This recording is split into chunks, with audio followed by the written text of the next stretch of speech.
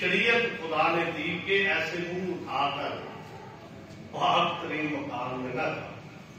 جس طرح آج کے معاشرے کے اندر ہر شخص کو یہ شوق چل جاتا ہے کہ وہ پاک مقام پر آتا ہے. یہ صرف کاہنوں کا کام ہے. خدا نے واضح کر دیا کہ ایسے منہ اٹھا کر پاک مقام میں نہ داخل ہو. جس طرح آج ہر بندہ پاسٹر بن ہو، چاہے پوسٹ کرے یا نہ کرے، تعلیم ہو یا نہ ہو، وہ کہتے ہیں میں پاک نہیں، میں پاسٹر. ہر بندے کو شوق ہے کہ وہ پرپٹ پہ آ کر بیٹھے، اور ایسی بے حرمتی کی جاتی ہے خدا کے اس پرپٹ کی.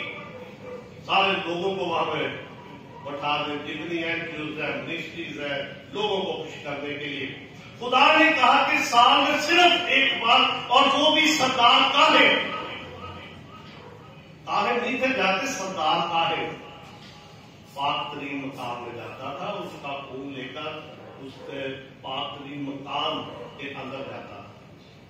خداوند یسوع مسیح کی زندگی کے اندر کوئی گناہ نہیں، وہ بے عیب تھا. لیکن لوگوں کے گناہ، لوگوں کی خطائیں اس پر تھی، جس کی بنا پر اس نے اپنی جان موت کے لیے ادھیر دی. اپنا ہی خون لے کر پاک ترین مکان، ہاتھ کے بنائے ہوئے نہیں، آسمان پر گیا ہے عبرانیوں کے خط کے مطابق.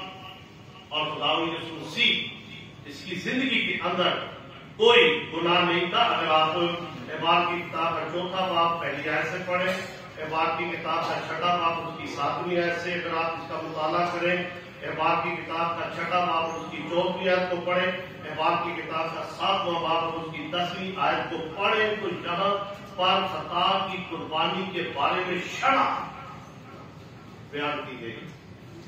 اور یہ ایک ایسی قربانی تھی کہ چڑھانے والا اس کا گوشت کھا سکتا ہے، جو قانون اور شرع کے مطابق تھا. جس طرح ہم خداوند یسوع مسیح نے روٹی لی، توڑی، کہا وہ یہ میرا بدن ہے جو تمہارے لیے توڑا جاتا ہے.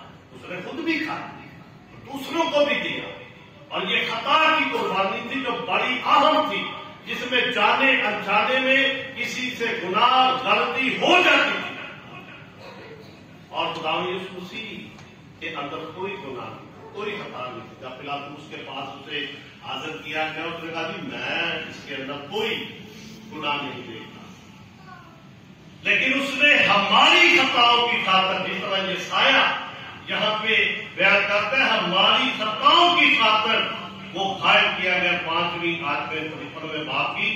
حالانکہ وہ ہماری خطاؤں کے سبب سے گھائل کیا گیا، ہماری بدکرداری کے باعث ٹکرا گیا، ہماری ہی سلامتی کے لیے اس پر سیاست ہوئی تاکہ اس کے مار کھانے سے ہم شفا پائیں.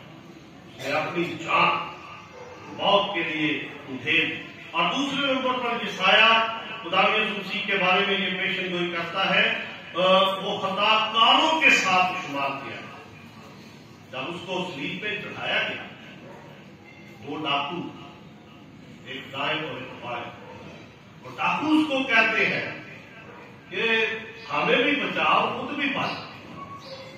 اور اس کے اندر خطا کوئی نہیں تھی، گناہ کوئی نہیں تھا، لیکن وہ ہماری خطاؤں کی خاطر خطا کاروں میں شمار کیا. ہر ایک گناہ اس کے اوپر لاتے گئے، ہماری خطائیں اس کے اوپر لاتی گئی، اور اس بنا پر وہ خطا کار ٹھہرا. اور پھر تیسرے نمبر پر بیان کیا گیا ہے، تو بھی اس نے بہتوں کے گناہ اٹھا لیے. تیسرے نمبر احبار کی کتاب کے اندر ایک تو بڑا جو تھا خطا کی قربانی کے لیے ذبح کیا جاتا، ایک بڑا لیا جاتا تھا عزازیل کے لیے. عزازیل کا مطلب ہے چھوڑا ہوا، اور دونوں بکروں کے اوپر چٹھی ڈالی جاتی ہے، جس کے اوپر عزازیل کے نام کی نکلتی تھی. سردار خانے اس کے اوپر ہاتھ رکھتا تھا جماعت کے سامنے، اور سارے گناہ جو بنی اسرائیل کے ہوتے تھے اس بچڑے کے اوپر ڈال دیے جاتے. جماعت میں سے کوئی شخص اٹھتا تھا، اسے لے کر بیابان میں لے جاتا، اور روایت بیان کرتی ہے کہ پہاڑی کے اوپر جا کر اس کے گلے کے اندر ایک قرمزی کلر کا دھاگا ڈالا جاتا، اس کو پہاڑ سے دھکا دیتے تھے، وہ نیچے جا کر مر جاتا تھا، اور اس کے گلے کا جو دھاگا ہوتا تھا قرمزی کلر کا، وہ وائٹ ہو جاتا۔ جس طرح یہ سایہ نبی کے صحیفے کے پہلے باب میں ہم پڑھتے ہیں، تیرے گناہ چاہے قرمزی ہو، وہ برف کی مانند اجلے ہو گئے۔ اور یہ سارا پروسیس جو احبار کی کتاب کے اندر ہم پڑھتے ہیں، وہ سارا دریائے یردن کے اندر ہمیں نظر آتا ہے۔ جب خدا یسوع مسیح یوحنا کو بپتسمہ دیتا، وہ کہتا تھا گناہوں کا اقرار۔ لوگ اپنے گناہوں کا اقرار کرتے تھے، پھر وہ انہیں بپتسمہ دیتے۔ متی کی انجیل کے 5ویں باب کو جو پہاڑی بات ہے، مبارک باتیاں، وہاں پہ خدا یسوع مسیح نے کہا کہ میں شریعت اور صحائف انبیاء کو منسوخ کرنے نہیں بلکہ پورا کرنے۔ اب جب خداوند یسوع مسیح وہاں پہ بپتسمہ لینے کے لیے آتے ہیں، یوحنا کہتا ہے میں تو خود چاہتا ہوں، میں خود سے لیکن شریعت پوری نہیں ہوتی۔ اب احبار کی کتاب میں سردار کاہن جب بکرے کے اوپر ہاتھ رکھتا تھا، سارے گناہ بکرے پر منتقل ہوتے تھے۔ اب جب یوحنا نے خداوند یسوع مسیح کو پکڑا، پانی کے اندر لے کر گیا، اور پانی سے جب وہ باہر آیا، یوحنا کی انجیل اس کا پہلا باب اور اس کی 29ویں آیت میں بیان کیا گیا، دیکھو یہ خدا کا بنا ہے جو جہاں کے گناہ اٹھا لیا، کوئی گناہ نہیں۔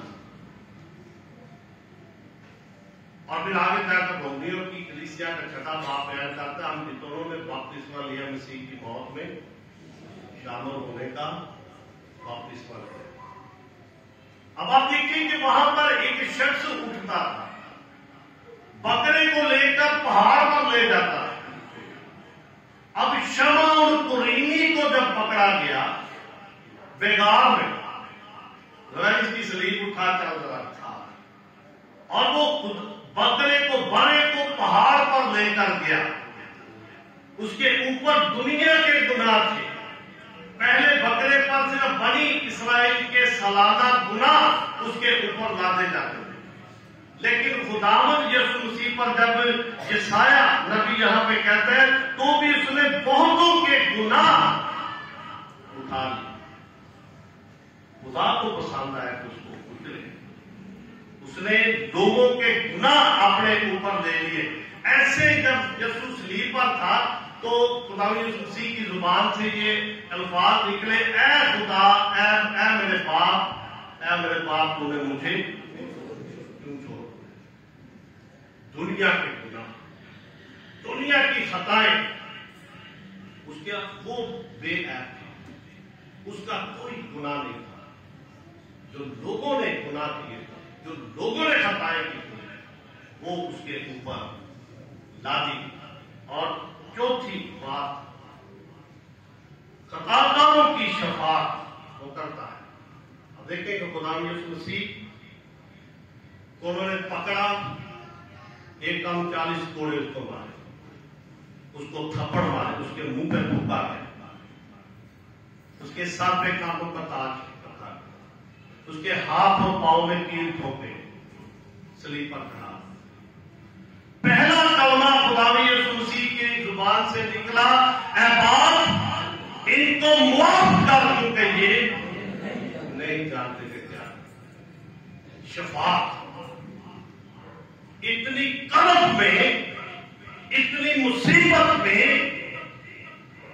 وہ لوگوں کی شفاعت کر رہے ہیں کہ اب آپ ان کو معاف کر، نہیں جانتے کیا کر رہے ہیں۔ لیکن آج بھی ہم جب اپنے ایمان کا اقرار کرتے ہیں، اپنا مسیحی کلمہ اپنی زبان سے بولتے ہیں، تو اس میں خدا پاک کی دائیں طرف جا رہے ہیں اور کبریا کی تعریف، جہاں سے وہ ہماری شفاعت کرتا ہے، ہمارے لیے باپ سے کہتا ہے کہ باپ آج بھی ان کو معاف کر۔ اور یہ 4 باتیں جو عیسائیہ نبی کی مارفت بیان کی گئی، کیونکہ اس نے اپنی جان موت کے لیے ان ڈھیر خطاکاروں کے ساتھ شمار کیا گیا، تو بھی اس نے بہتوں کے گناہ اٹھا لیے اور خطاکاروں کی شفاعت کی۔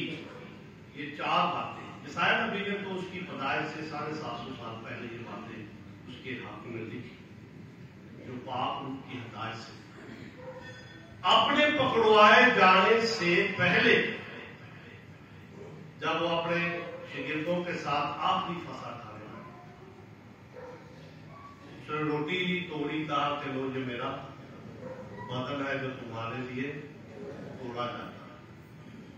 پھر اس نے پیالہ لیا اور کہا کہ یہ میرے خون میں نیا عہد ہے جو بتھیروں کے گناہوں کی معافی کے واسطے بہایا جاتا ہے۔ اب خداوند یسوع مسیح نے یہ اپنے پکڑوائے جانے سے پہلے یہ سارا، یہ 4 پوائنٹ جو میں نے آپ کے سامنے رکھے، یہ جو کچھ ہوا اس سے پہلے اس نے اپنے شاگردوں کو واضح کر دیا۔ ابھی تک کا پالوس رسول کرنتھس کی کلیسیا کو خط لکھتے ہوئے 11ویں باب میں کہتا ہے، جب تم اس روٹی میں سے کھاتے ہو، اس پیالے میں سے پیتے ہو، تو میری موت کا کیا کرتے ہو؟ اظہار کرتے کہ یسوع ہمارے لیے مر گیا، ہماری خاطر وہ گھائل کیا گیا، ہماری خاطر اس پہ سیاست، ہماری خاطر وہ کچلا گیا۔ جب ہم اس پاک میز پر آتے تب ہم اقرار کرتے، اور جو لوگ اس پاک میز پر نہیں آتے وہ مسیح کے بدن کا حصہ نہیں، وہ مسیح کا انکار کرتے ہیں، اس کی موت کا انکار کرتے ہیں، اس کے بیٹے ہونے کا انکار کرتے ہیں۔ ابلیس میں اور آپ میں فرق کیا جو اس پاک میز پر نہیں؟